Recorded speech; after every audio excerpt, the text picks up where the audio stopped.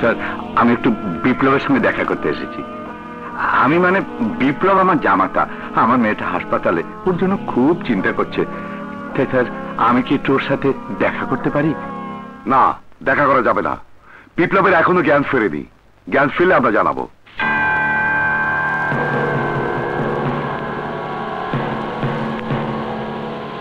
Sir, Yes? বিপ্লবের জ্ঞান ফিরেছে। Oh my God! Come on upstairs. Yes, let's move. Come on.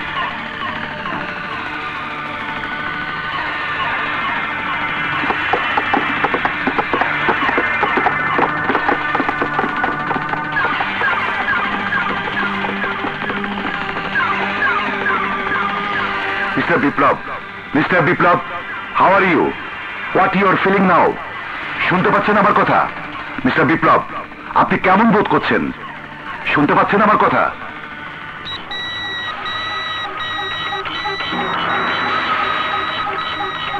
আপনি কে? আমার মেয়ের জামাই।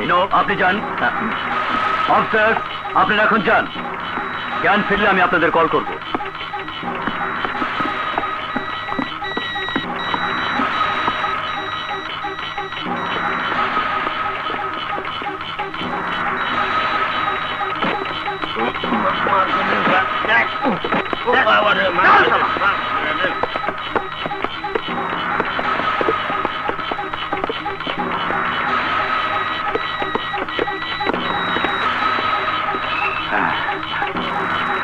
গেল কোথায়? 3 সেকেন্ড লেগেই যায়। স্যার, আপনার পানের বাটা।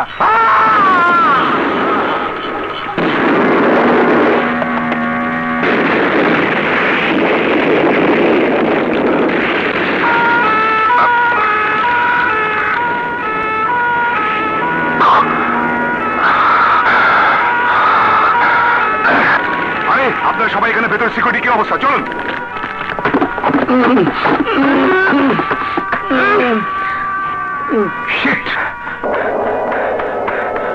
বস, মোস্তাক নিজে নিজের বোমে মারা গেছে, আর বিপ্লব হাসপাতাল থেকে পালিয়েছে।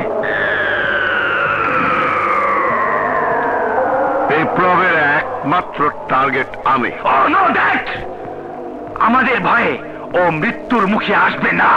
আসবেই, বিকজ প্রিয়াকে আমি হাতে নিয়ে আসবো। কিভাবে যে কি হয়ে গেল কিছুই বুঝলাম না। বিপ্লব ভাইয়ের বাড়িতে গিয়ে দেখি চাচি আমার কুমকুমের লাশ পড়ে আছে। ডাকাতরা মাইরা থুয়ে গেছে।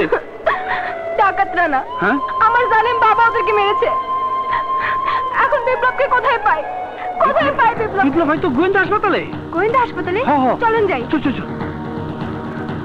হ্যাঁ, আপনারা কারা?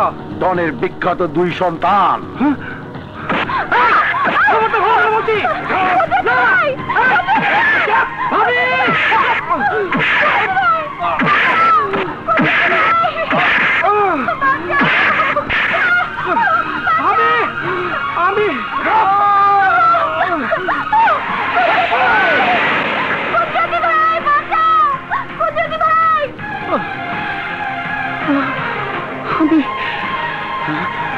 কুদরত, কি হয়েছে কুদরত? ভাইজান, ভাবিজান নিয়া চাচি আমার কুমকুমের কবর জিয়াদ করতে আসলাম। ডনের 2 ছেলে আইসা ভাবিজানকে উঠে নিয়ে গেছে। না,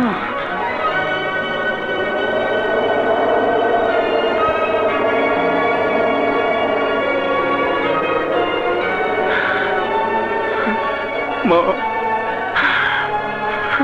কুমকুম